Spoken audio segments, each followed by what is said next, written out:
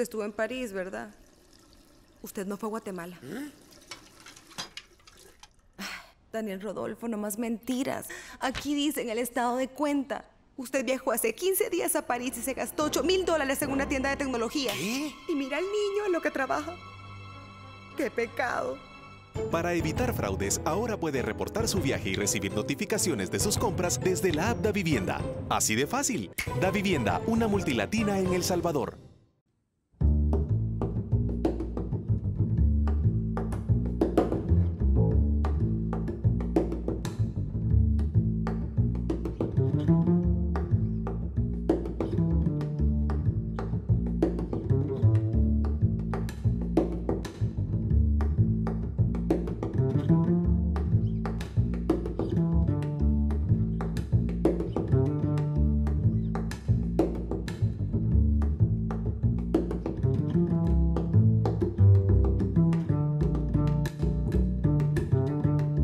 Muy buenas noches, amigos televidentes. Bienvenidos a un nuevo episodio de Focos y de su segmento Zoom. 15 años de Marte, el Museo de Arte del Salvador. Este es el tema que nos ocupa esta noche. El 22 de mayo de la semana recién pasada se cumplieron 15 años de la inauguración del Museo de Arte del Salvador, Marte, el mayor y mejor museo del Salvador y uno de los mejores de Centroamérica, acumulando ya más de 500,000 de visitantes. En Marte se guarda y expone permanentemente lo mejor de la obra de los más destacados artistas nacionales y las exposiciones itinerantes y temporales de consagrados maestros del arte universal. Para conversar sobre el origen, relevancia y contribución de este gran aporte cultural para las presentes y futuras generaciones, conversamos esta noche con quien lideró este proyecto casi 2 décadas, la presidente fundadora María Marta de Regalado, y con el coordinador original del proyecto y director ejecutivo desde el inicio, Roberto Galicia.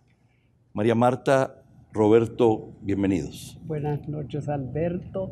Mil gracias por tenernos en tu programa. Es un gusto tenerlos y particularmente en este importante aniversario.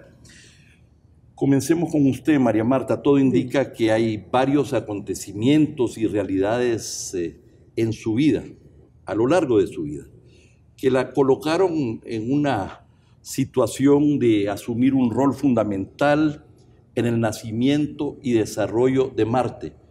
Mucha gente no conoce y creo que es importante que el público conozca más el origen, la génesis y cómo usted, de alguna manera, una serie de circunstancias la llevaron a esta importante contribución. Bueno, a los 12 años me enamoro de una pintura muy linda que tenía mi padre, que era una Madonna de Carlo Dolci. En ese momento comprendo que lo que quiero estudiar es historia del arte y lo hago cuando estudio en los Estados Unidos. Bueno, usted viene de una familia italiana y hay una relación tan estrecha con que, bueno, el acervo cultural histórico italiano es muy importante, sí, y eso se expresaba también en su casa. Sí, así es. Pero hay más. Usted, además de que comenzó a estudiar historia del arte y otras materias relacionadas, usted formó parte de la junta directiva de un importante museo. Sí, trabajé 2 años en la junta directiva del Museo Mexicano. Es un museo que empezó con los hijos de migrantes mexicanos que quieren traer sus raíces a San Francisco, con la ayuda de la Fundación Rockefeller. Ahí trabajé, fue una experiencia muy grande. Teníamos talleres los fines de semana. Fue una experiencia muy linda. También usted conocía a la directora del equivalente al Consejo de la Cultura, o Concultura del Salvador, Conaculta, en México, y entiendo que esto fue importante cuando el equipo impulsor de este gran proyecto, cuando estaba en su fase todavía de diseño, ustedes visitaron México y les abrieron los museos para poder recoger experiencias, para poder ver, etc. Así es, Alberto. Una gran amiga mía, Sari Bermúdez, presidenta de Conaculta, cuando se entera que queríamos darle a El Salvador un museo, nos invita para conocer los museos del Distrito Federal. Y ahí visitamos no menos de 10 museos donde nos recibieron los directores. Empezamos con el Rufino Tamayo, seguimos con el de arte moderno, con el Carrillo Gil, con San Ildefonso, bueno, en fin, fueron muchísimos museos, y el Carrillo Gil no dejó de ser una inspiración por las rampas, que eran para mejor forma de manejar la obra en el museo y para los discapacitados. Además de la sensibilidad, el conocimiento, las relaciones, usted y su familia tienen relaciones y son parte de los grupos empresariales más importantes del país. Esto, por supuesto, también fue un factor importante de la contribución. Vamos a referirnos ahora, Roberto. Yo veo en ustedes un complemento muy interesante, porque así como la vida llevó a María Marta a una posición para asumir esta responsabilidad y este liderazgo, tú pareciera que tu vida entera te preparó de alguna manera para asumir este rol. Tú, además de ser un reconocido pintor, fascinado por las formas, los colores y la expresión misma del sentimiento humano, has sido amante de los museos, los has visitado, estuviste con Walter Benecke y los otros dos Robertos en el bachillerato de arte, ¿verdad? Que fue una experiencia muy importante siendo muy joven. Fuiste presidente de Concultura en los 90s y ahí tuviste la responsabilidad de impulsar el diseño y la construcción del Museo de Antropología David J. Guzmán. Y todas estas experiencias como que te prepararon para esta nueva tarea en esta época de tu vida. Bueno, en primer lugar te agradezco la invitación. Soy también portador de un saludo de Eli Delito, que es la presidenta actual de la Junta Directiva, y de todos los miembros de la Junta Directiva. La nieta del gran maestro Valero Leche, que ven esta oportunidad como un buen momento para dar a conocer el trabajo del museo. En lo que tú me preguntabas, sí, he tenido a lo largo de mi vida una serie de oportunidades que he logrado capitalizar de la mejor manera, y he tratado en la medida de mis posibilidades de hacer todo con la mayor responsabilidad posible. Es cierto, hicimos durante la gestión que tuve al frente de Concultura el nuevo edificio del Museo Nacional, que fue un proyecto sumamente complejo e interesante, pero que lo logramos hacer en menos de 4 años. Y es el gobierno, ¿verdad? Y luego, ya retirado en mi casa, después de que salí de mi gestión, fue que recibo una llamada de Mauricio Álvarez, que en representación del comité que estaba gestando este proyecto, para ofrecerme que si yo podía dirigir el museo. Entonces ahí hubo una forma de entendernos, de decirles de que yo no podía dirigir una cosa que no existía, pero que me ofrecía a colaborar coordinando el proyecto. Pienso de que se sumaron una serie de factores que hicieron posible de que esta obra se realizara también en un periodo de tiempo muy corto, con un compromiso con la excelencia. Porque aquí no andábamos con medias tintas, queríamos hacer, y ese era el sentimiento de María Marta al frente de la asociación, queríamos hacer un museo que realmente fuera un museo del primer mundo. Esto se dio dentro del patronato Procultura, entiendo, donde ustedes pertenecían. Es ahí donde se gestó la idea, ahí salió esta ilusión, esta utopía que después se hizo realidad. Sí, pero esto en los años 60 es que se forma el patronato Procultura con Rina Vilés, Ernesto Regalado Dueñas, Ernesto Rivagalón, Ernesto Álvarez Córdoba, Pepe Simán, y ellos empiezan con los bellísimos festivales de música. Los festivales internacionales de música donde vinieron los grandes, ¿verdad? Sí. Pablo Casals, Schneider, correcto. Van Cliburn. Yo sí, me acuerdo que tu papá escribía las crónicas, después de las críticas, mejor dicho. Sí. Pero ahí es donde nace la idea de darle al Salvador un museo y un techo digno a los artistas. Y esto se retoma entonces en los años 90, ya después de la guerra, y retoman esta idea original.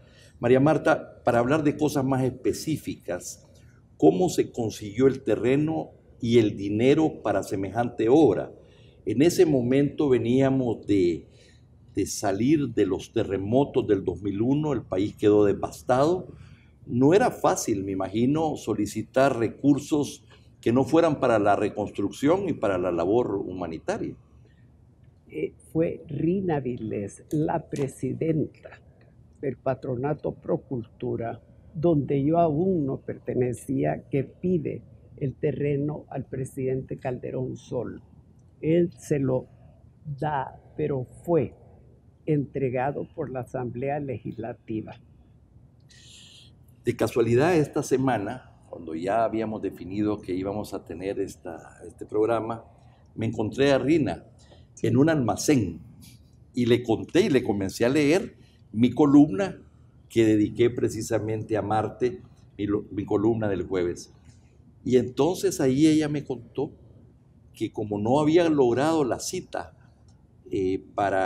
con el presidente Calderón Sol, decidió irse a meter a un velorio, ¿verdad? Y ahí le dijo a doña Eli, ¿verdad? Mire, yo he venido a hablar con Armando y le dijo, doña Eli le dijo, bueno, esta es tu oportunidad, y efectivamente así lo abordó. Ustedes tendrán mejor recuerdo. Era un terreno importantísimo para el museo. Ese fue el terreno y eso fue muy importante, pero además hubo todo una labor para conseguir los recursos. Y usted, pues, yo me enteré que usted escribió muchas cartas a una serie de personas para comenzar a persuadirlo. Me imagino que también habló en persona, no solamente fue por carta. Cuéntenos. Empezamos trabajando, no teniendo oficina, en el comedor de mi casa. Y ahí escribí 85 cartas a mano. 3 días después recibo una carta muy linda de Guillermo Borja Nathan, donde donaba 125,000 colones. Fue la primera donación que tuvimos y para nosotros fue muy importante el que ya creyesen en nosotros y que creyesen que el país necesitaba un museo. Dichos recursos que se lograron progresivamente, pero en un tiempo relativamente corto, financiaron el 80% de la obra y el Estado el 20% restante a través de Concultura. Yo debo de aprovechar este espacio para decir que yo cometí un error en mi columna, porque yo leí en algún lugar que había sido una proporción de 60-40, pero se ha confirmado el dato que efectivamente con recursos del sector privado, con estas contribuciones, se financió el 80% de la obra. 3 años y más de $2 millones después, se inauguró Marte hace 15 años.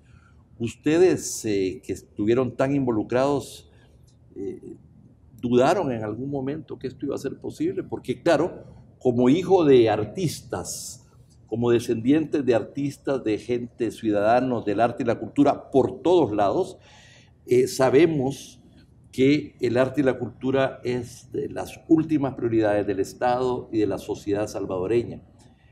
La idea de llegar a tener un museo como Marte de primer nivel internacional es algo en nuestro país impensable y habían razones para dudar. Mira, yo creo que muchísima gente dudaba de que el proyecto se pudiera hacer realidad. Inclusive gente muy cercana lo ha confesado posteriormente, que decía, si lo abren esto les va a durar 1 año, ya llevamos 15. Y creo yo de que el compromiso fue ver hacia adelante, no ver hacia los lados y mucho menos hacia atrás, para poder realmente impulsar una obra de esa magnitud. Fue un reto y sigue siendo un reto. Yo te decía en algún momento que quizás lo más fácil del Museo de Arte fue construirlo. El reto más grande es actual, mantenerlo. Vamos a hablar de eso al final, precisamente sobre los desafíos.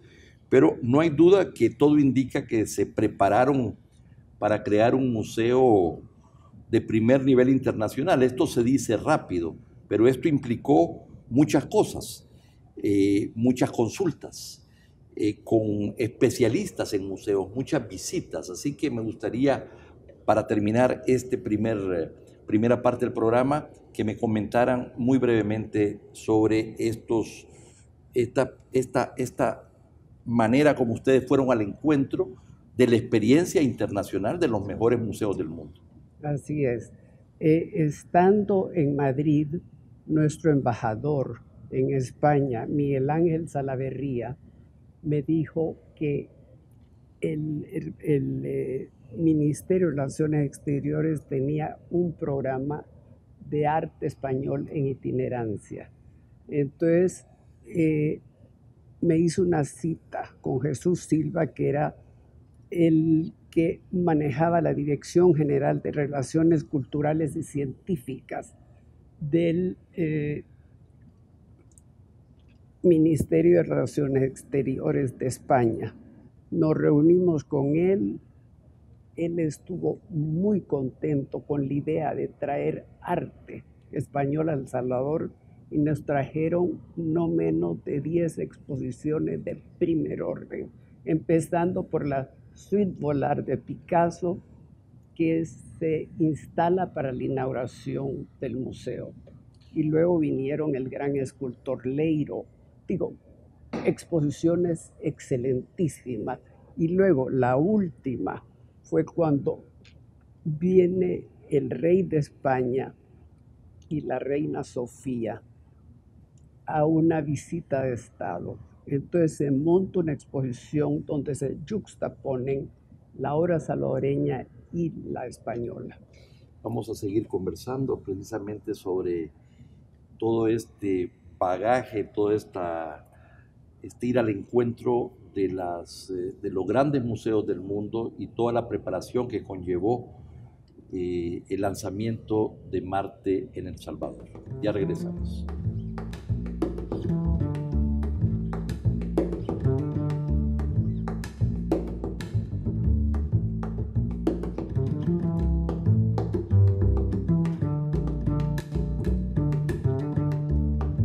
¿Cuánto dinero necesitas?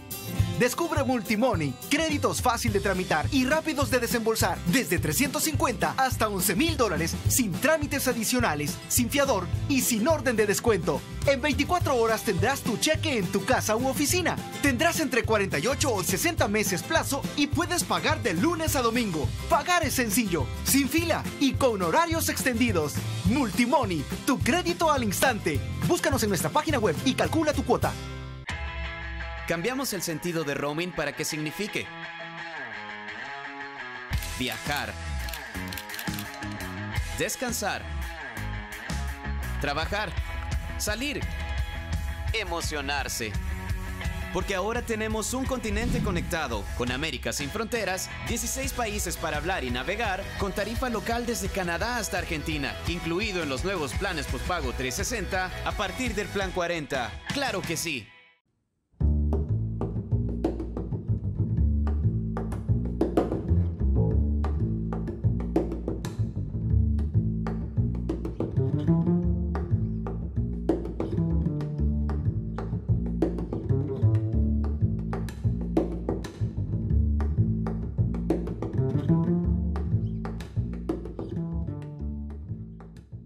15 años de Marte, el Museo de Arte de El Salvador. Este es el tema que nos ocupa esta noche, conversando con María Marta de Regalado, presidente, fundadora de esta institución, y con Roberto Galicia, director ejecutivo desde la fundación misma del museo. Roberto, ustedes se prepararon muy bien en la concepción misma, en el diseño misma de este museo, y eso implicó una interlocución con profesionales de esta actividad, de esta vocación que son los museos, y eso lo llevó a conversar, a tener asesorías de gente de primer nivel internacional. Efectivamente, tal como María Marta lo comentó, se tuvo una visita a México, que pues, es un país que tiene quizás el mayor número de museos en el mundo y una gran tradición. Luego estuvimos en Guatemala, viajé con Salvador Chusí a Costa Rica para la contratación del museógrafo de Eduardo Fay, y también en su momento vino acá para hacer una evaluación, podríamos decir, del proyecto Bélgica Rodríguez, que es una crítica de arte venezolana que antes se había desempeñado como directora del Museo de la OEA en Washington. Estuvo Félix Ángel, que es un artista colombiano que había sido director del Centro Cultural del BID también en Washington. Y estuvo Mónica Kufer, que era la coordinadora de la Bienal de Panamá. Ella es panameña. Y al mismo tiempo estuvimos en relación con otros profesionales y también dialogando mucho con los representantes de diferentes instituciones nacionales. Una era Concultura, la otra era el Patronato Pro Patrimonio Cultural y la otra era la Fundación Julia Díaz. Desde el primer momento esto se percibió en la obra salvadoreña que presentaron, pero también en la obra internacional, con esta cooperación que desde el inicio mismo y en la inauguración misma acompañó la obra del museo. Ese año María Marta fue reconocida, se le dio desde la Presidencia de la República, con Cultura, el Premio Nacional de Cultura en el año 2003, el mismo año de la inauguración. Sí, efectivamente, eso se sumó al reconocimiento que ya habíamos tenido de parte de los artistas y de parte del público que desde el primer día que el museo abrió sus puertas empezó a visitarnos con un enorme entusiasmo, al grado de que empezamos a recibir tal cantidad de estudiantes de las escuelas públicas que en la primera reunión de junta directiva, después de abierto el museo, se aprobó que el museo debería ser gratis para las escuelas públicas todos los días de la semana.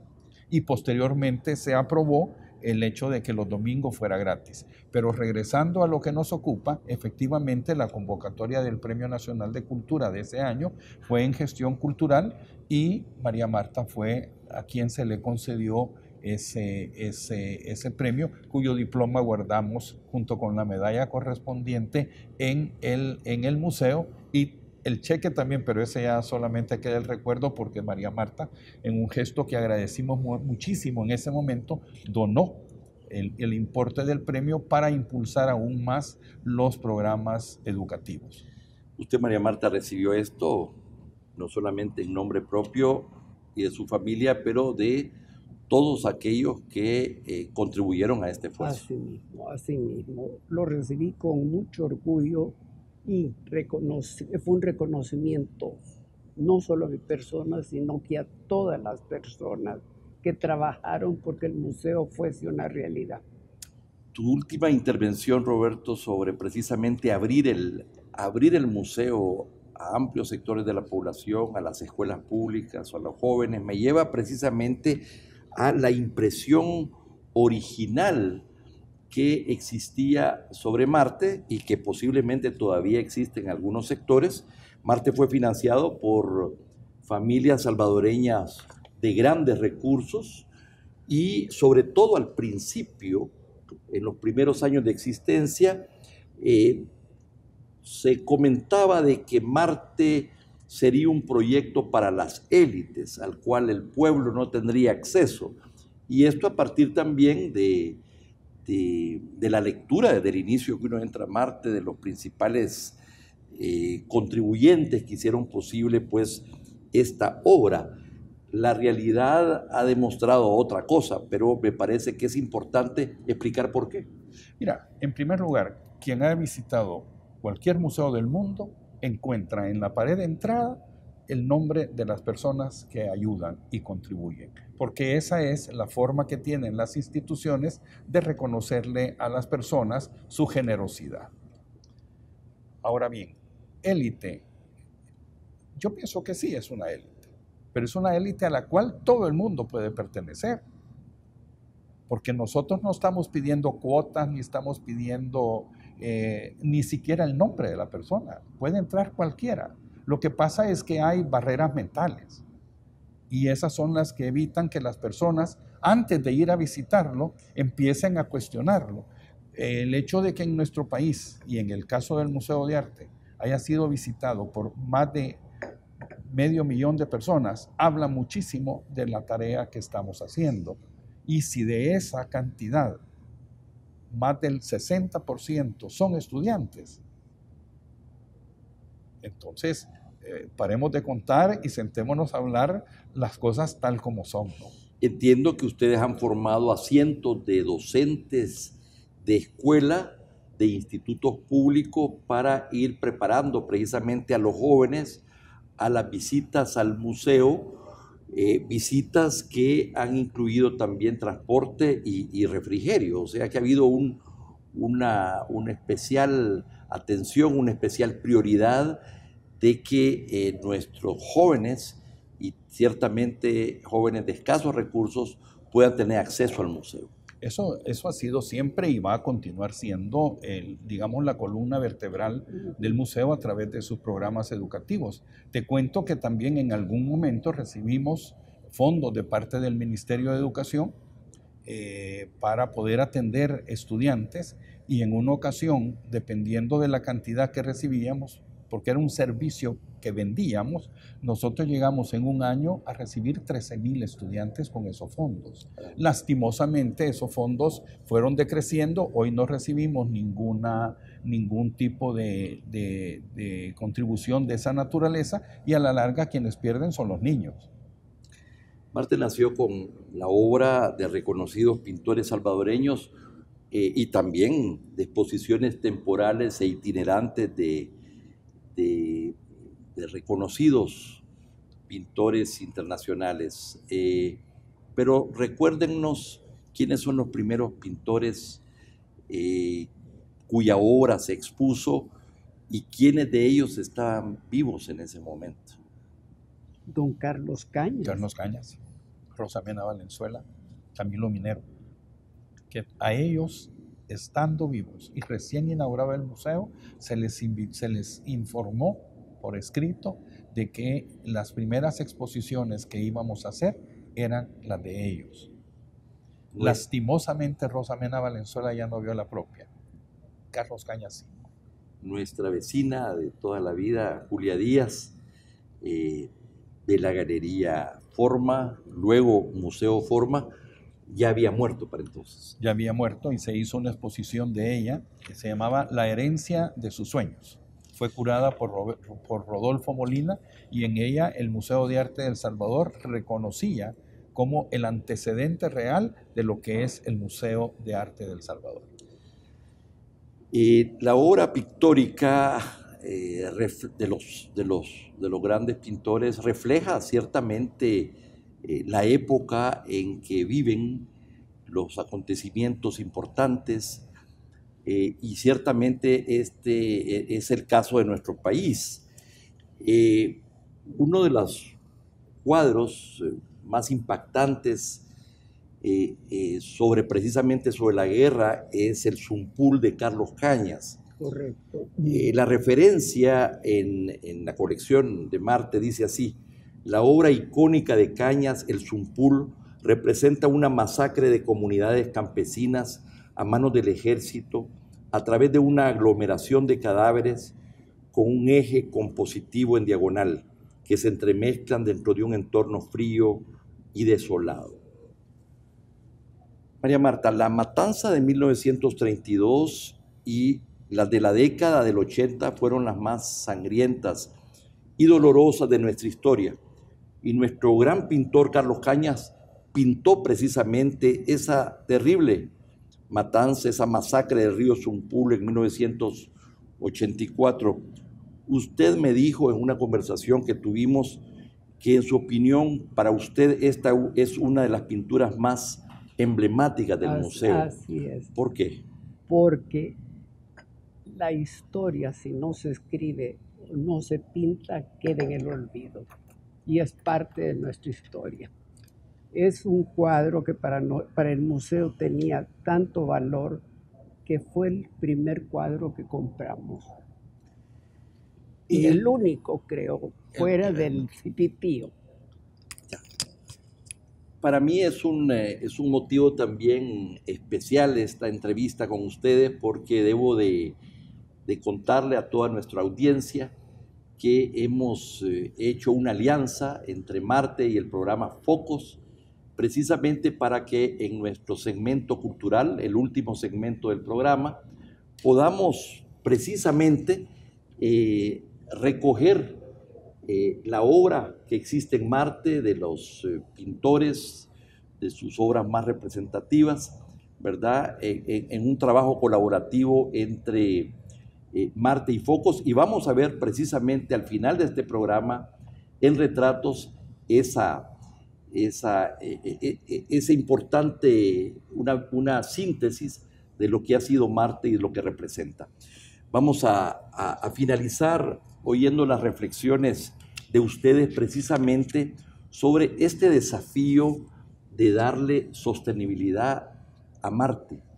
¿Cómo hacer para que nuestra gente se apropie cada vez más de este museo, que es el gran museo del país? ¿Cómo hacer para que tenga una sostenibilidad financiera? ¿Cómo hacer para que efectivamente, como fue concebido, sea un proyecto permanente? Mira, yo aún sigo trabajando un poquito con el museo, porque yo creo definitivamente en el relevo generacional y entraron dos generaciones distintas, de Lidia Lecha de Lindo, que está haciendo un magnífico trabajo y que empezó desde el inicio a trabajar con Rina Vilés y conmigo. Y luego viene la generación de Alexandra Litton Regalado. Me he quedado trabajando en la consecución de fondos, manejando pilares de Marte, que son las contribuciones que recibimos de las personas que nos donaron espacios. Mira, aparte de eso que es un aporte altamente significativo, el museo realiza una serie de actividades de recaudación de fondos a efecto de poder garantizar los fondos necesarios para nuestro funcionamiento. Lo que nosotros más apreciamos es lo que las personas voluntariamente pagan como entrada, que los precios son 50 centavos para estudiantes y unos 50 para el público en general. De eso, Alberto, pagamos IVA, que parece increíble, pero lo hacemos, porque nos los cobran. Increíble. Y tal vez no es la cantidad más significativa a nivel del presupuesto, pero es una parte importante porque es lo que las personas quieren pagar a la hora de llegar. El domingo es gratis, así es de que también la persona que no tiene o no quiere hacer esa contribución mínima puede llegar los domingos y ve exactamente lo mismo que se ve de martes a domingo, de las 10 de la mañana a las 6 de la tarde, que es el horario que tenemos en el museo. Pero la mejor respuesta es que las personas lo visiten. Esa es la clave. Como lo dije en mi columna de esta semana, dedicada precisamente a los 15 años de Marte, como descendiente de ciudadanos del arte y la cultura, siempre que yo voy a Marte no salgo de mi asombro ante semejante legado cultural para las presentes y futuras generaciones. Queremos darles un reconocimiento por la contribución de ustedes y de todas aquellas ciudadanos salvadoreños que impulsaron este gran proyecto, a las diversas juntas directivas y ciertamente a la actual. Es un gusto para Focos haberlos tenido esta noche, agradeciéndoles. Gracias a ti. Alberto. A mí me pasa todos los días lo mismo que te pasa a ti cuando llegas. Me asombro de lo que hemos sido capaces de hacer. Yo me siento orgullosísima. Con mucha razón. Y lo hemos hecho por El Salvador, por Eso el es. amor que le tenemos al país. Muchísimas gracias, amigos televidentes, por este programa diferente. Necesitamos hablar de arte y de cultura y no solamente de economía y de política y de los temas del poder o de las mismas relaciones internacionales. Los seres humanos necesitamos elevar el espíritu y recoger las mejores expresiones de la forma, de los colores, de los sentimientos humanos que a veces solo se pueden expresar por la vía del arte y la cultura. Muchas gracias.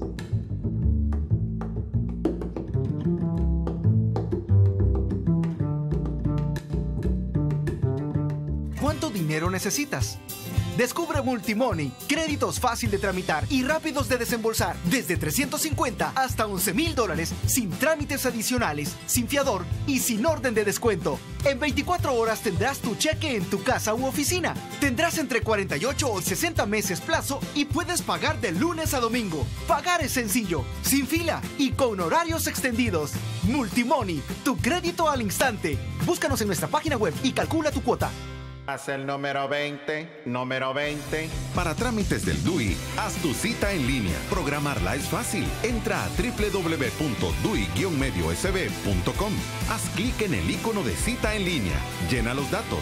Escoge fecha, hora y DUI Centro. Confirma por correo y listo. O también hazlo llamando al 2555-1900. DUI Centro. Identificando a El Salvador, Muehlbauer y Registro Nacional de las Personas Naturales. Cambiamos el sentido de roaming para que signifique viajar,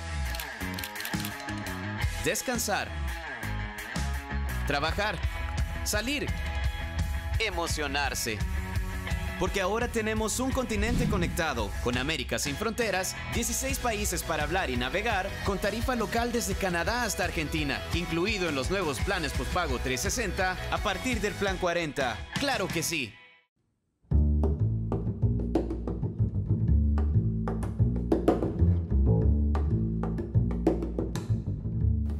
En 4 años de gestión, el gobierno de Salvador Sánchez Serén ha incumplido con la mayoría de sus metas para dinamizar la economía nacional. 6 de las 11 metas trazadas son evaluadas como insuficientes por el Instituto Centroamericano de Estudios Fiscales, ICEFI. El pasado 1 de junio, el segundo gobierno del FMLN cumplió 4 años al frente del Ejecutivo. Hoy en Prisma analizamos su desempeño en el ámbito económico a la luz del Plan Quinquenal de Desarrollo. El plan es el principal instrumento de planificación que define cuáles son las prioridades del gobierno en sus 5 años de gestión. Su aspiración hasta 2019 es convertir a El Salvador en un país productivo, educado y seguro. El plan está compuesto por 11 objetivos y 44 metas. De las 11 metas trazadas por el gobierno para dinamizar la economía, 6 no cumplen su propósito y su desempeño es evaluado como insuficiente por el ICEFI. A continuación, destacamos 3 de ellas. Primero, crecimiento económico anual. En 2014, cuando la economía crecía a una tasa del 1.98% del Producto Interno Bruto, el gobierno se propuso como meta alcanzar un crecimiento anual promedio del 3% del PIB durante el quinquenio. Sin embargo, para 2017, este alcanzaba apenas el 2.32%, aún muy lejos de la meta. Segundo, ejecución de la inversión pública. En un año, el porcentaje de ejecución de proyectos de inversión pública retrocedió 11 puntos, pasando del 66.3% en 2016 al 55.7% en 2017. La meta del gobierno es aumentar la ejecución hasta el 70%. Por ahora, el gobierno incumple. De acuerdo con Ricardo Castaneda, economista del ICEFI, esto se explica por la falta de liquidez del gobierno, porque a pesar de que se tenga previsto ejecutar una obra, si no hay recursos en caja, los proyectos no pueden iniciarse. La falta de dinero disponible obliga al Ejecutivo a priorizar el pago de la deuda acumulada y la obra pública queda desfinanciada. La parálisis política en un contexto electoral también explica la baja inversión pública. Según Castaneda, el bloqueo de la oposición en la Asamblea Legislativa no permitió la ratificación de préstamos para inversión en infraestructura, a pesar de que existía un acuerdo previo. Tercero, desempleo juvenil. Actualmente, la tasa de desempleo entre los jóvenes con edad productiva, es decir, los jóvenes que tienen entre 16 y 29 años, es del 12%. En 2014, el gobierno de Sánchez Serén se propuso reducir esta tasa hasta un 10%. Sin embargo, algunas metas sí se alcanzaron en estos 4 años de gestión. El ICEFI destaca avances en la relación comercial con Centroamérica y el Caribe y la atracción de inversión extranjera directa. Las exportaciones alcanzaron los 2.556 millones de dólares en 2017, 263.6 millones más que en 2014, cumpliendo con la meta de incrementar en un 10% estas transacciones. La meta de aumentar en 5% la inversión extranjera directa se cumplió con creces. Para 2017, la inversión extranjera directa neta alcanzó los 791.9 millones de dólares, superando los 306.3 de 2014. Para Castaneda, este es un buen síntoma y se debe a la apuesta gubernamental por las energías renovables, que es atractiva para los inversionistas extranjeros. Sin embargo, el economista destaca que cuando se compara este indicador a nivel centroamericano, El Salvador sigue estando a la cola de sus países vecinos. Esto ha sido todo en Prisma. Les invitamos a conocer más sobre el análisis de datos de este y otros temas entrando a nuestro sitio web focostv.com.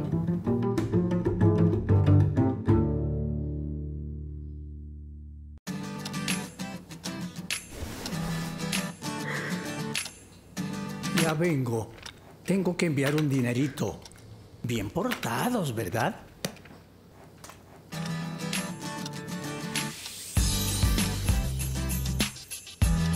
Vaya, ya estuvo. Ahora hacer transferencias a otros bancos es más rápido y sin costo con la app Davivienda. Así de fácil. Davivienda, una multilatina en El Salvador.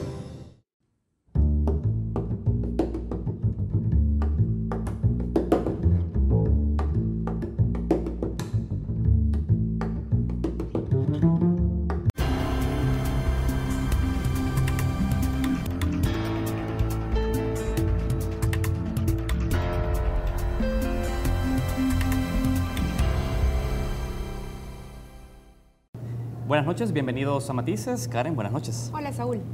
Hace una semana exactamente, el FMLN definió que Hugo Martínez será el candidato presidencial para 2019. Y el 29 de mayo se presentaron los resultados finales de estas elecciones internas. En estas, Gerson Martínez, exministro de Obras Públicas, logró 7.845 votos, mientras que Hugo Martínez, ex canciller de la República, consiguió la victoria con 20.259 votos. También tenemos que decir, Saúl, que el triunfo de Hugo Martínez resulta sorprendente, en parte porque anunció que entraría a la competencia interna apenas 38 días antes de que se llevaran a cabo las elecciones, pero también porque logró desafiar los apoyos aparentemente absolutos que se habían ido construyendo alrededor de la precandidatura de Gerson Martínez, quien, tenemos que decir, había sido propuesto formalmente como candidato único por la Comisión Política y el Consejo Nacional del FMLN. Pero no hay que dejar de lado un aspecto del contexto en este proceso, y es que después de la derrota electoral del 4 de marzo, el FMLN optó por la competencia para disputar esta candidatura presidencial. Abrió su padrón, y además que había permanecido cerrado, y permitió la incorporación de nuevos militantes. Pero a pocos meses de las elecciones presidenciales, Karen, hay que señalar que el FMLN tiene un camino complejo. La última encuesta de la UCA muestra que en intención de voto, el FMLN como bandera solo obtiene un 8.9% de las simpatías, muy abajo de las preferencias del movimiento Nuevas Ideas y Arena, que gozan de un 38.5% y un 30% respectivamente. Bueno, y para conversar sobre los desafíos del partido, pero también para conversar sobre los desafíos que tiene el proyecto de izquierdas en El Salvador, hoy nos acompaña Lorena Peña, miembro de la Comisión Política del FMLN, expresidenta de la Asamblea Legislativa. Lorena, gracias por acompañarnos esta noche. Bueno, buenas noches y gracias, Saúl, y gracias, Karen, por invitarme para compartir en este programa. Muy bien, Lorena, queremos iniciar con una reacción respecto a la reciente interna, porque Hugo Martínez, lo hemos dicho, ha arrebatado la candidatura presidencial a Gerson Martínez con una diferencia de alrededor de 12.414 votos. A nosotros nos interesa saber qué lectura hace usted respecto a una derrota interna que sufre un Gerson Martínez y que había sido además el candidato señalado, elegido, apoyado por la cúpula de su momento. Bueno, lo más importante es que para mí fue correcta la decisión de la Comisión Política de abrir a más candidaturas.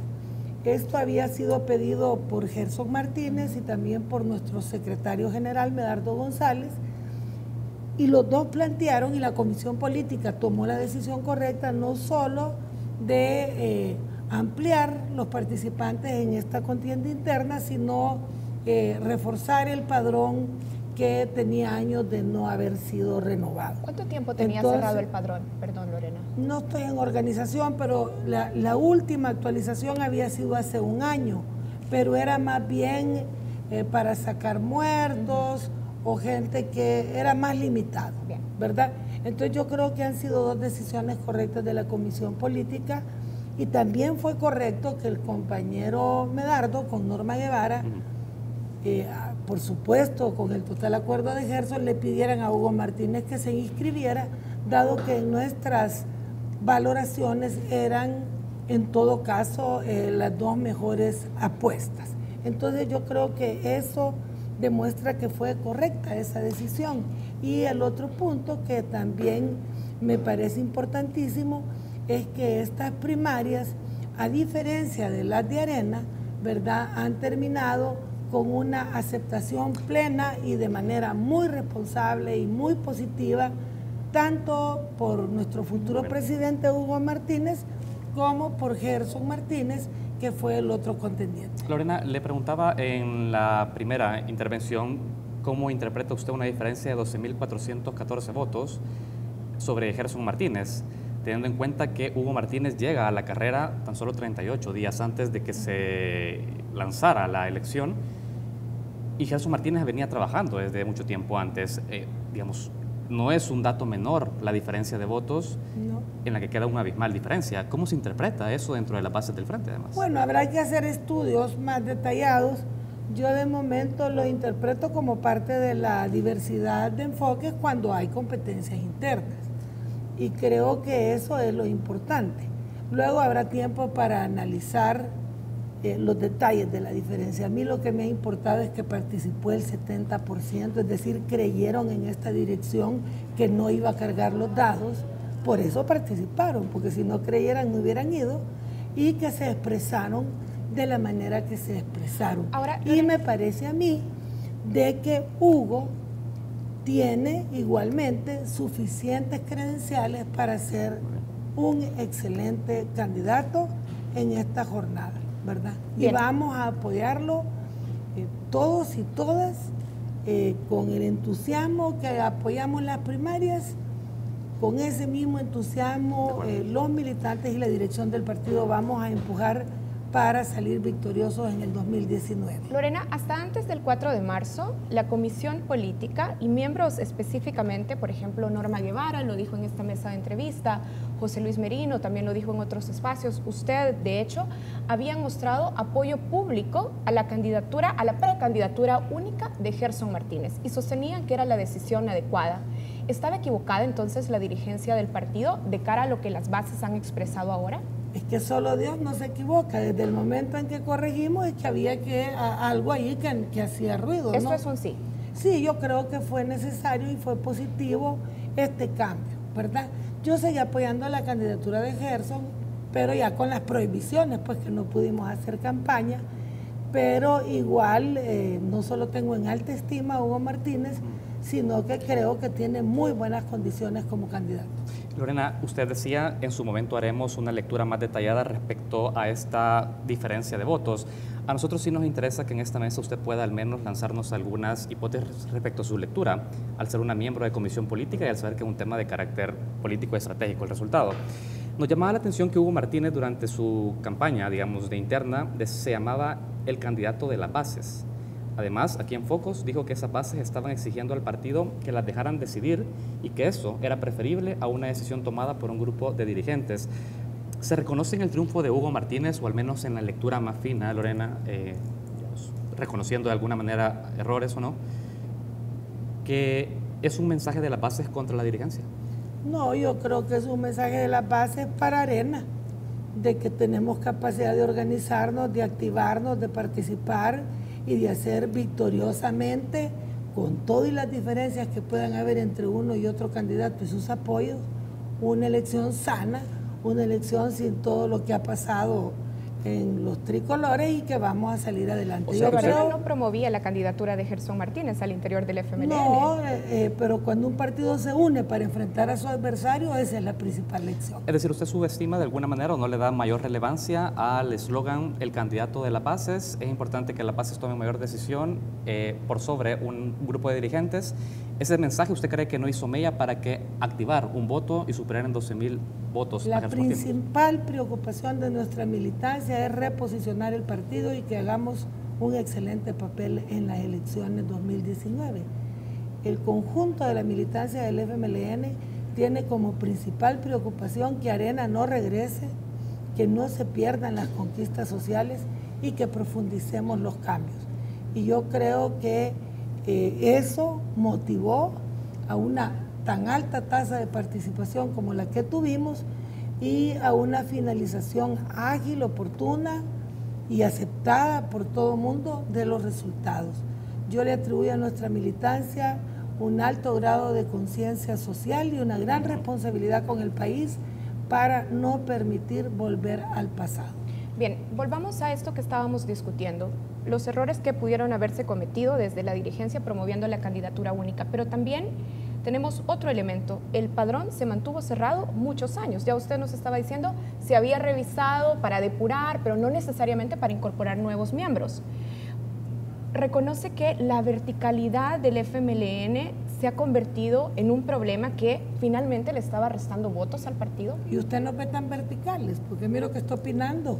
Realmente le voy a decir algo. ¿Usted cree que no son un partido vertical? No, tenemos un mecanismo que no existen en otro lado. Lorena, pero nosotros tenemos una convención nacional con más de 1,000 representantes que se reúne año con año para establecer las políticas que va a seguir el Consejo Nacional, que es un organismo más amplio que nuestra Comisión Política, y luego el Consejo mandata al equipo de Comisión Política las decisiones a tomar.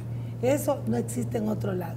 Por otra parte, aquí no hay corporaciones imán, selectos, o sea, aquí no hay un grupo de millonarios que manipula diputados, ni nada de eso. Entonces, a partir de ahí, nuestro partido tiene muchísimas más credenciales democráticas que un partido que tiene, de acuerdo a cada grupo económico, su gentecita que va a hacer lo que dice.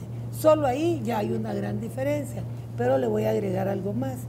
Hace 3 años nosotros hicimos una consulta a los 20,000 miembros del FMLN en un congreso que duró entre el proceso de consulta y sus conclusiones más o menos un año.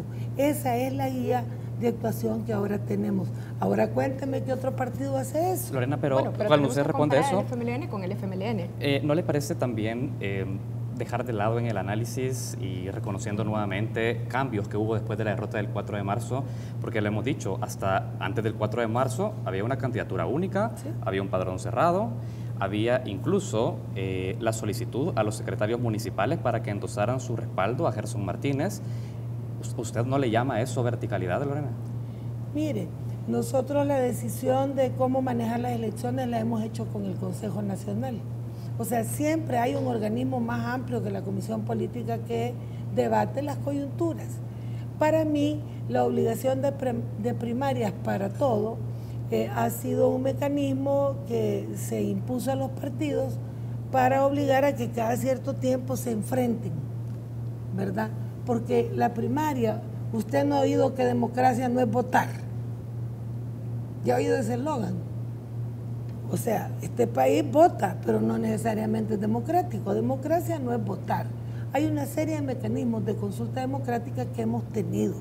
Pero en fin, lo que yo estoy contenta es de que la dirección hizo los cambios que se comprometió a hacer en este tema. La militancia creyó en estos cambios, por lo tanto participó y ahora tenemos un candidato con amplio respaldo y prácticamente unánime, porque todos estamos por empujar su candidatura y pasaremos ya a lo que sigue, pues, que es el programa. Hay que hacer primarias para la vicepresidencia. Estamos analizando de qué manera también vamos a llevar adelante esto. Lorena, casi tenemos que hacer un corte.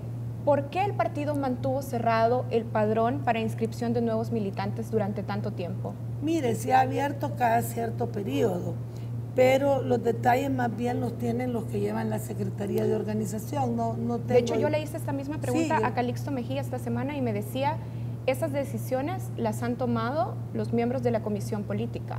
Ah, porque él no está ahí, cree eso. No, eso es de la Secretaría Nacional de Organización. ¿Ha fallado la comunicación interna? Sí, porque lo que ha pasado, a mi entender, es... Yo estuve, por ejemplo, viendo San Vicente la última vez que afiliamos. Nosotros... O sea, la última vez este año. No, pues es que hubo que cambiar padrón para elegir candidatos a diputación, porque hoy el padrón hay que cambiarlo cada vez, según la ley electoral. Según la ley. Entonces, a mí me tocó ver la ampliación del padrón de San Vicente. Yo insistí en que llevaran muchas más fichas de las esperadas, y los vicentinos se han de acordar, ¿verdad? Porque yo les decía que no solo había que llevar lo que según la Secretaría de Organización se iba a incorporar, sino que lleváramos una reserva, pero en esa oportunidad se incorporaron los que se incorporaron. Ahora, las diputaciones y las alcaldías siempre levantan menos pasión que las presidenciales, eso también es cierto. Entonces yo doy por hecho que ahora que se abrió para la presidencial, pues hubo como más interés de afiliarse. Lorena, tenemos que cerrar este primer bloque. Yo solo quiero dejar algo claro con la pregunta de la verticalidad. Y usted dice, no somos un partido vertical, ha justificado esto. Podemos concluir entonces que usted no cuestiona, mantendríamos la manera en la que el FMLN se dirige hacia las departamentales, secretarios municipales y las bases. ¿No se cambia nada respecto a eso? ¿No cree que hay un mensaje de las bases para que haya un cambio respecto al modelo de gestión de toma de decisión? Mire, el modelo de gestión nuestro se cambia casi que todos los años y todos los meses, porque nosotros estamos obligados a ir ajustando el partido a las necesidades del trabajo que tenemos en el marco de los estatutos, para que no vaya a venir la sala después a decir que fue ilegal X o Y.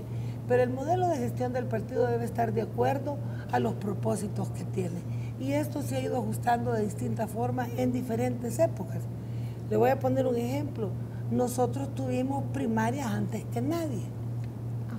Entonces, cuando decidimos, y no era obligatorio hacer primarias, miren, nos ovacionaron las asambleas, porque estaban hartas de tanto pleito. Figúrese. ¿Por qué las suprimieron las primarias? ¿Por eso? Porque las primarias dejaban mucha división. Pero Hoy que las han reinstalado, como tenemos experiencia en organizarlas, tampoco es que nos vamos a cortar las venas porque hay primarias.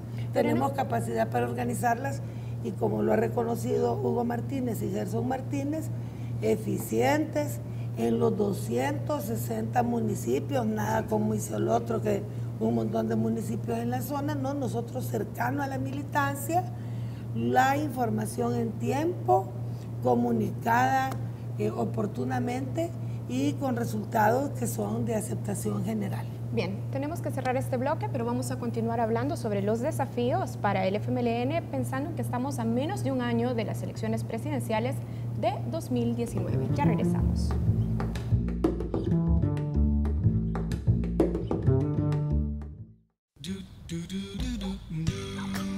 Amor, ¿cuándo vamos a comenzar a ir al gimnasio? A mí me prometiste que iríamos de camping. Papi, yo quiero ir al cine. ¡Vamos pues! Solo con tu tarjeta Club LPG ahorras y obtienes más beneficios para tu familia. Suscríbete ya a La Prensa Gráfica y disfruta de promociones y descuentos con todos nuestros aliados. Club LPG de La Prensa Gráfica.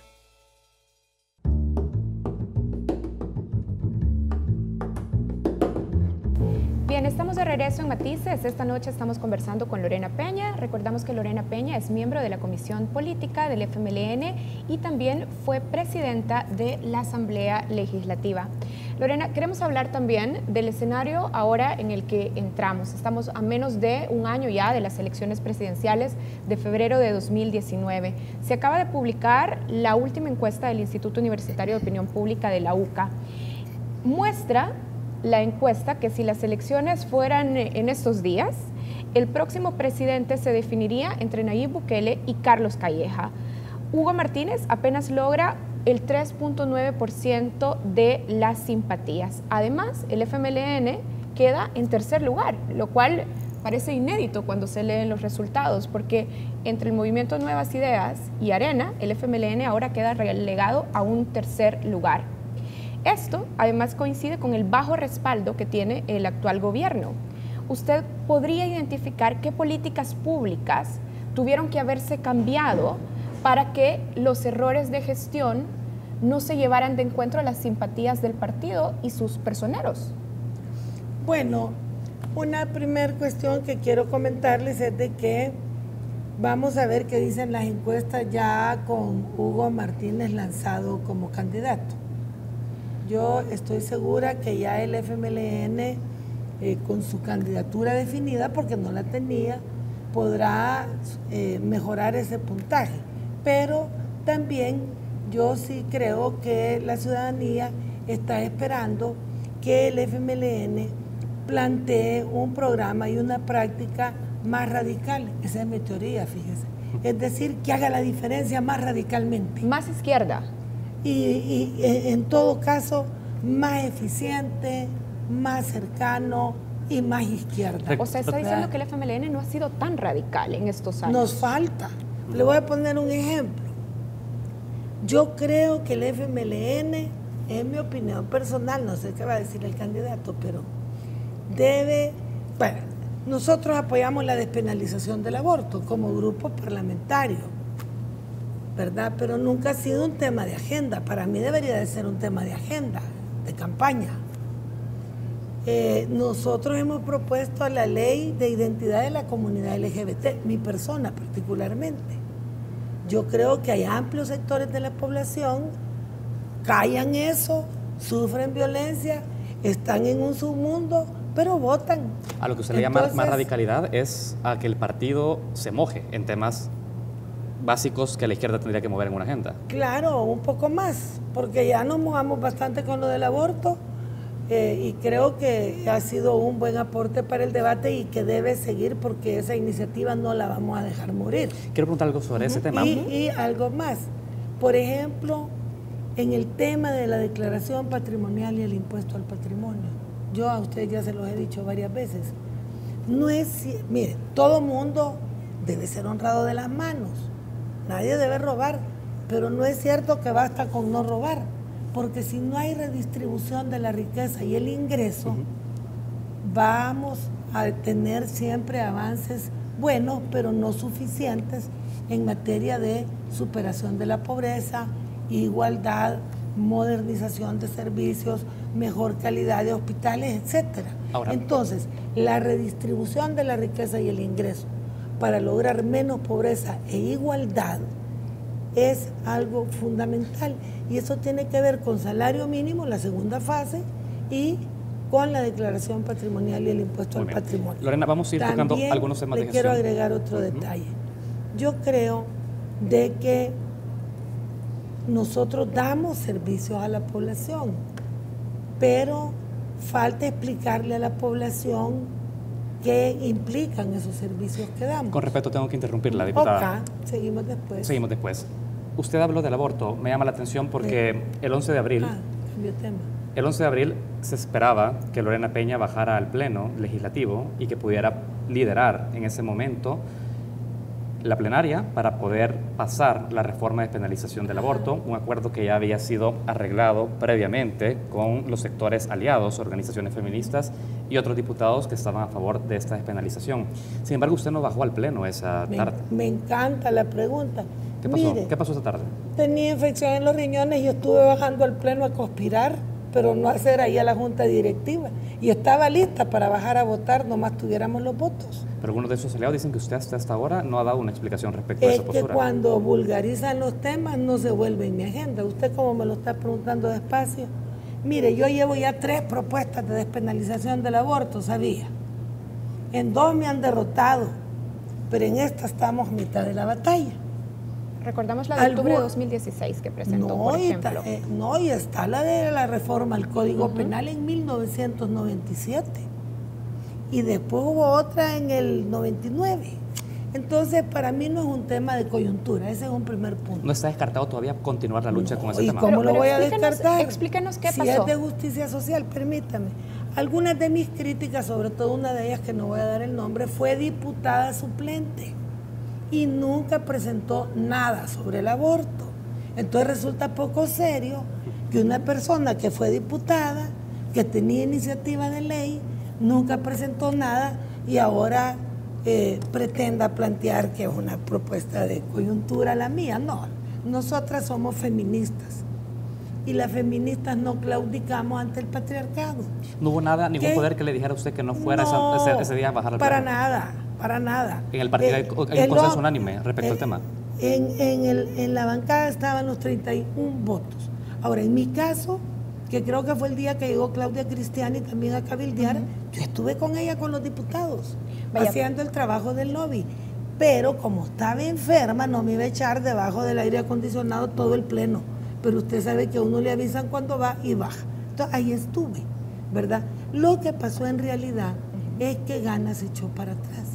Y sin los votos de Gana, el diputado Ray no conseguía los que le faltaban de la derecha, ¿verdad? Esa es la cruda realidad. Y me parece que cuando se celebra la fiesta antes de que sea el cumpleaños, nunca resulta. Entonces algunos grupos celebraron antes de tiempo y alertaron a los conservadores. Entonces yo creo que esa es una batalla que debe continuar. De hecho, continúe en la Comisión de Legislación, no esté en el archivo, ¿verdad? Y también el de la ley de identidad, ¿verdad?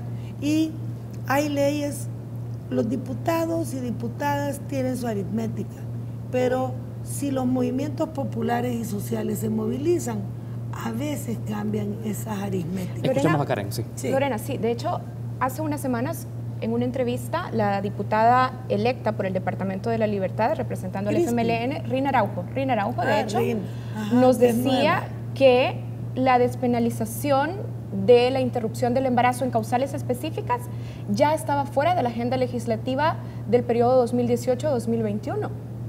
Pues no sé por qué lo dice, porque sigue en la Comisión de Legislación. De hecho, estamos preparando una capacitación para las nuevas diputadas, porque no todas las diputadas cuando llegan están tan documentadas sobre el tema.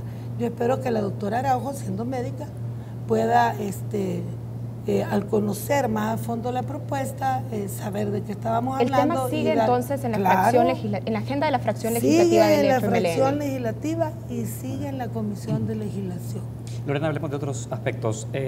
Retomando la encuesta del UDOP, se destaca que los juicios negativos sobre el desempeño del actual gobierno son cada vez más unánimes, concluye la encuesta, y hay un retiro progresivo de los apoyos que el FMLN había mantenido en los últimos años. Y dice, en paralelo, además, la figura de Bukele se posiciona como la favorita para ganar. Quiero preguntarle algo, porque es un 51.1% de encuestados que dice que Bukele es mejor candidato presidencial, un 80% de encuestados a la vez dice que no se siente beneficiado por el trabajo del gobierno. ¿Haber expulsado a Bukele no fue un error de manera estratégica para poder tener a un candidato ganador para la elección presidencial de 2019?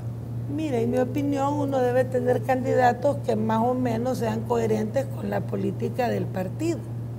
Porque el partido no es como un aparato que anda viendo a quién lleva, no importa cómo piense. Entonces, si uno quiere ser honesto con la ciudadanía, no puede solo por ganar llevar candidaturas que no sean coherentes con la filosofía de su partido. Hoy en día nos quieren inclinar a una política cínica, que no importa cómo sea el tipo, pero si se vende, lo llevemos. A mí me parece que es importante que el FMLN, cada vez que proponga a la ciudadanía una candidatura, sea consistente con la filosofía del FMLN. Entonces yo creo que no fue un error.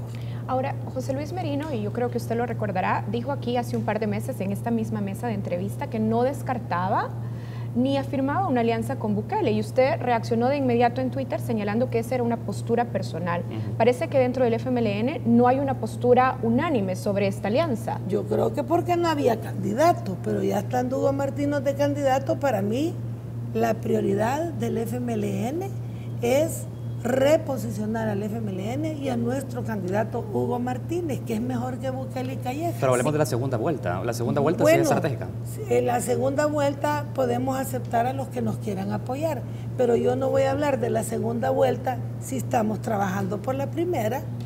Eso es hacer cuentas falsas. Pero no le diga entonces a su base que el FMLN automáticamente rechaza desde la postura de Lorena a Bukele, porque es probable que se pueda buscar en una segunda vuelta. Mi posición es que debemos llevar adelante que toda la población conozca al mejor candidato que esté en la contienda, que se llama Hugo Martínez. Lo preguntamos por los números. Un candidato moderno, un candidato con principios, un candidato capaz de relacionarse con la juventud, con las mujeres, con los diferentes sectores, que puede continuar el camino y mejorarlo, perfeccionándolo, de las transformaciones del Salvador. Esa es mi preocupación. O sea, yo ahorita no tengo por qué estar haciendo el psicoanálisis ni de Ramiro ni de Bukele.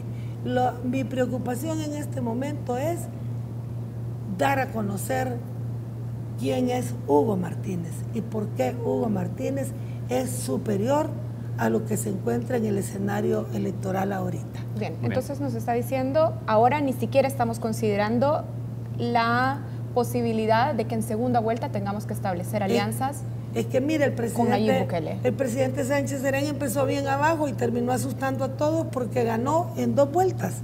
Entonces que ningún otro partido esté haciendo cuentas alegres, que esto apenas empieza. Lorena, usted es una... Norman Quijano iba con 72 puntos, fíjese, y el profesor Sánchez Serén le ganó. Así es de que todavía que no hagan cuentas alegres. Vamos a empujar. Y estoy segura que con éxito la candidatura de Hugo Martínez. Nos gusta la contundencia con la que usted habla, incluso respecto a sus pares dentro de la comisión política. Me gustaría escuchar a esa Lorena Peña con la misma contundencia haciendo una crítica de la gestión actual, una gestión que según el UDOP es la peor evaluada de la posguerra. Le preguntaba a Karen hace unos minutos cuáles eran las políticas que tuvieron que haberse cambiado, porque se vienen arrastrando errores de gestión. La gente, el 80% de los encuestados, no se siente beneficiada con el trabajo del gobierno. Eso no es un invento, no es comunicación, es algo real, Lorena. ¿Qué tuvo que haber cambiado en gestión pública en el gobierno? Mire, Una primera cosa que tuvo que haber cambiado y que ya le hemos repetido bastante es la comunicación, porque si 1,5 millones de niños y niñas reciben uniformes, zapatos útiles, etcétera. ¿Y por qué eso no se tradujo en votos? Exacto. Entonces la comunicación. Pero si la gente recibe el beneficio, ¿por qué no va y vota? ¿Me permite concluir mi idea? Y adelante. Sería lo máximo si me da adelante. tiempo. Vaya. Mire, para mí el gobierno no tiene que dar solamente bienes materiales. El gobierno debe trabajar generando conciencia de las implicaciones que tiene cada servicio que no va a la oligarquía y que va para los de abajo. Porque este gobierno, viendo todas las cifras de su trabajo, toda la inversión pública y el gasto público estuvo fundamentalmente dirigido a mejorar las condiciones de los más pobres. Pero si al mismo tiempo esto hubiera sido acompañado con mayor concientización y divulgación, la evaluación sería diferente. Ahora hubo fallas. Le voy a poner, por ejemplo, unas que ya se han visto, fallas, por ejemplo, en lo que fue el servicio de agua y facturación, que golpea a la gente de abajo. Subsidios. Entonces es un poco como que yo tengo uniforme, pero no lo puedo lavar. Entonces, aunque el uniforme le llegue, si el agua no le llega, usted de todas maneras termina enojado. Entonces hubo fallas en el servicio y la facturación de agua. También hubo una focalización extrema de los subsidios de gas y energía eléctrica, que me parece importante. Y como dijo Gerson Martínez, que a más de algún funcionario se le sube el funcionariado a la cabeza. Entonces yo creo que este nuevo gobierno del FMLN y este mismo que ya está concluyendo el próximo año, tendrán que trabajar duro como lo están haciendo en el Plan 10 para superar estas fallas y para tener una relación más de diálogo, más de escucha directa con la gente. Bien, bueno, gracias Lorena por habernos acompañado ahora, se nos acabó el tiempo, creo que tenemos bastantes insumos para seguir discutiendo. Muchas gracias. Gracias a ustedes y decirle a toda nuestra militancia que ya deben estar listos y calentar motores porque vamos con todo por Hugo Martínez. Bueno, muchas gracias. Lorena Peña, miembro de la Comisión Política del FMLN. Cerramos aquí esta entrevista de Matices, pero tenemos más contenidos en Focos.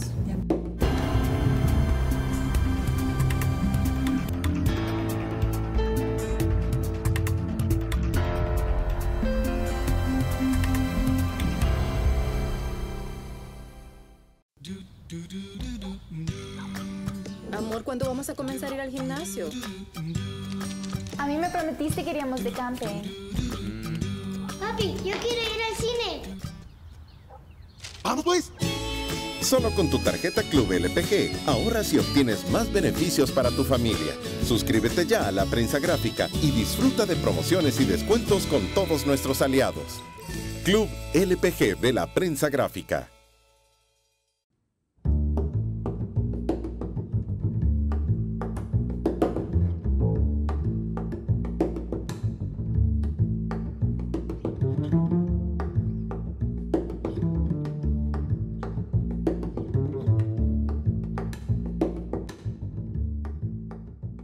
Bienvenidos a Reflejos, el segmento de análisis internacional de Focos. Los colombianos han decidido que su próximo presidente deberá definirse en una segunda vuelta. Después de las elecciones presidenciales del pasado 27 de mayo, el candidato Iván Duque, afín al expresidente Álvaro Uribe, y el exguerrillero y economista Gustavo Petro deberán competir nuevamente y acumular la cantidad de apoyos necesarios para llegar al Palacio de Nariño. Para el columnista colombiano Fernando Posada, a pesar que ambos candidatos sean polos opuestos, los dos sacaron provecho del desencanto de la población por la política tradicional, una tendencia cada vez más sólida en América Latina y el mundo. El discurso de ambos candidatos en las concentraciones populares y en las redes sociales ha sido muy similar. Posada considera que ahí está la clave de su popularidad.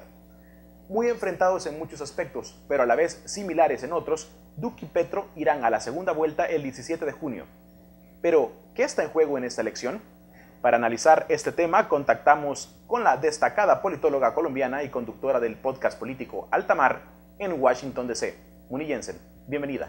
Muchas gracias, Andrés. Es un gusto estar aquí con ustedes en Focos. Bien, aunque por la segunda vuelta puede ser predecible que esta segunda vuelta sea a favor de Duque, pues ganó con un 40% el fin de semana pasado. Pero ¿cómo se explica el crecimiento de la izquierda en Colombia, en un país tan conservador como tal, con Gustavo Petro a la cabeza? Bueno, demos un paso atrás y miramos un poco cómo fueron los resultados de las elecciones en Colombia y un poco cuál es el mensaje que han mandado los votantes colombianos a sus dirigentes. En primer lugar, como saben, hubo una votación bastante mayor a la que ha habido en Colombia anteriormente. El 53% de los votantes elegibles fueron a las urnas, y entre ese grupo el 39% votó por Iván Duque y un 25% votó por Gustavo Petro, el representante de la izquierda colombiana. ¿Por qué es importante? Es la primera vez después de 50 años de guerra con las FARC que la izquierda tiene un candidato legítimo dentro de un partido que tiene un seguimiento y una popularidad tan grande. Hasta el momento en Colombia, y es muy diferente al resto de los países de América Latina, no ha habido una alternativa dentro de la institucionalidad para la izquierda, y eso es lo que representa en este momento Gustavo Petro, y creo que eso es lo que explica el desempeño importante que tuvo en las últimas elecciones.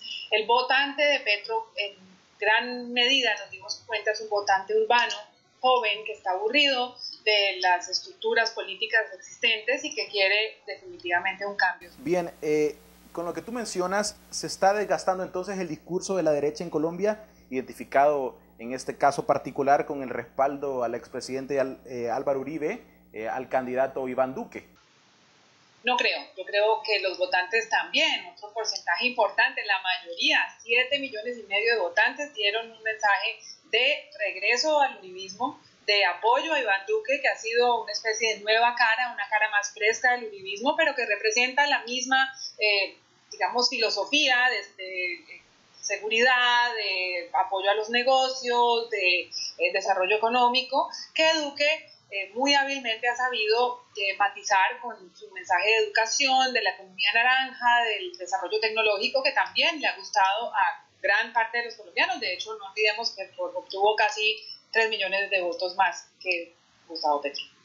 Bien, sin embargo, el pasado también de Álvaro Uribe también ha sido cuestionado por sus vínculos con la parapolítica, con vínculos también con el narcotráfico, ¿no? ¿Cómo alejarse también Duque de este tipo de respaldos también, o este tipo de señalamientos que le dan a su antecesor político, Álvaro Uribe? Álvaro Uribe es el político más popular de Colombia, aún después de 2 periodos presidenciales, aún después de un desgaste grande, es el senador más votado del país, tiene unos seguidores que llevan muchos años reconociéndole los éxitos que tuvo durante sus 2 presidencias y desde entonces haciendo oposición desde el Senado. Sin duda, hay cuestionamientos de las personas que han rodeado a Álvaro Uribe. Iván Duque ha hecho una labor muy interesante como político joven, y es un poco contradictorio de presentarse como una persona de fuera del establecimiento, como una persona que no pertenece a la política tradicional. Y es verdad, si uno revisa el currículum de Iván Duque, pues es una persona que ha sido un tecnócrata, pero sin duda que representa el movimiento político más popular y más grande que tiene nuestro país.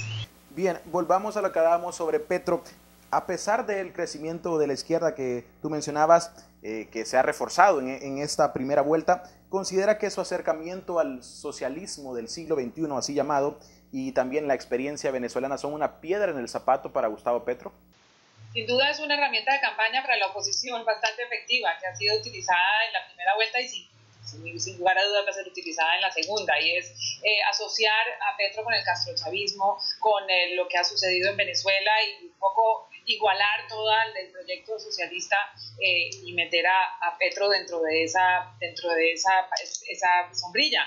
Petro hizo algo que fue políticamente hábil, es que se distanció de las últimas elecciones en Venezuela y dijo que no las reconocía, una apuesta preelectoral que tenía que hacer, yo creo, para poder mitigar esas críticas. El problema con Petro realmente, yo creo que las críticas que tienen muchos de sus detractores es que él fue un pésimo alcalde de Bogotá y se le asocia con una pésima administración desde el punto de vista no ideológico, sino ya directamente administrativa, y eso será otro de los retos que tiene que enfrentar enfrentar de aquí al 17 de junio, es explicar cómo, si ha sido tan mal administrador de una ciudad, va a ser un buen administrador de un país. Bien, finalmente, de cara ya a la segunda vuelta, ¿cuáles serán estas alianzas que deberá tomar tanto Duque como Petro de cara a este balotaje? ¿Quién absorberá el voto de Fajardo o incluso de la calle? Ha habido unos acercamientos recientes. Es claro que el Partido Conservador Colombiano, que ha sido un partido histórico en Colombia, adhirió a la campaña de Iván Duque, y que muy recientemente también el Partido Liberal, representado en las elecciones por Humberto de la Calle, que tuvo un 2% nada más de la votación, pero que en el Congreso, en la Cámara y en el Senado tiene unos números importantes, también ha decidido apoyar a Iván Duque, una movida que internamente es bastante controvertida, pues el presidente del Partido Liberal es el expresidente César Gaviria, que ha tenido serias diferencias con Uribe. Pero ahí vemos cómo se van creando los equipos, y se espera que el mensaje que ha mandado Sergio Fajardo en los últimos días de votar en blanco es que está dejando en libertad a sus votantes para tomar partido, y algunos piensan que eso es un guiño a Iván Duque, porque el hecho de que no haya apoyado a Petro implica pues que no está completamente de acuerdo con esa posición. Bien, muchísimas gracias, Muni. Gracias a usted. Muy bien, con esto cerramos nuestro segmento internacional. Ya volvemos con más de Focos.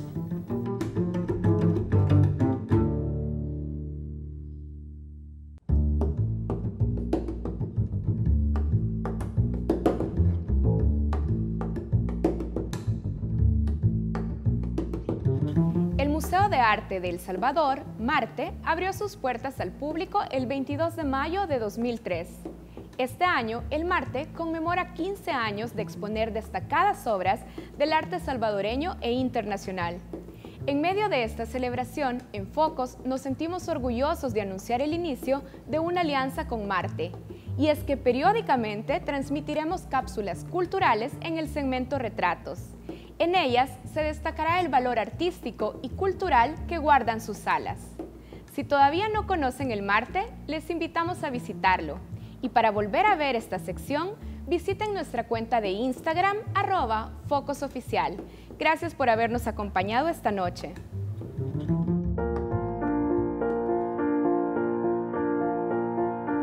El Museo de Arte de El Salvador abrió sus puertas el 22 de mayo de 2003.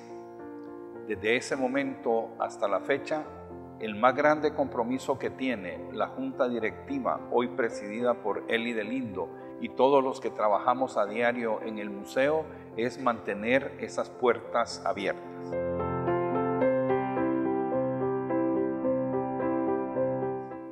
Por ellas, a lo largo de estos 15 años, nos han visitado y han pasado más de 500,000 de personas, cifra que en nuestro país es sumamente importante. Durante estos años, el museo ha mantenido como compromiso fundamental de su labor una exposición de arte salvadoreño en permanencia.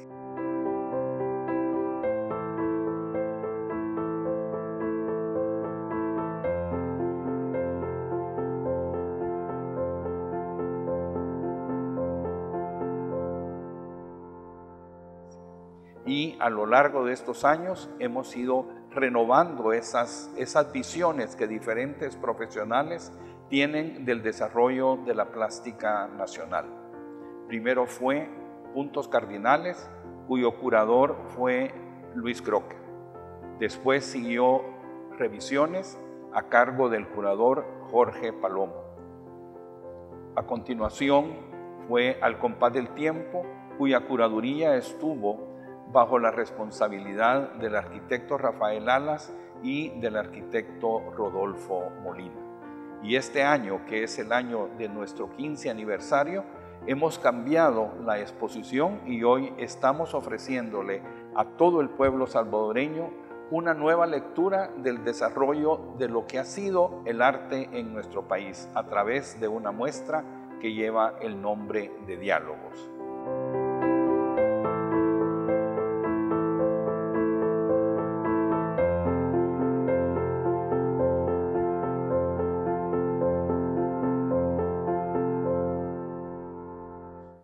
nombre que sugiere no solamente la relación entre los artistas, sino que también una práctica que deberíamos tener todos los días los salvadoreños.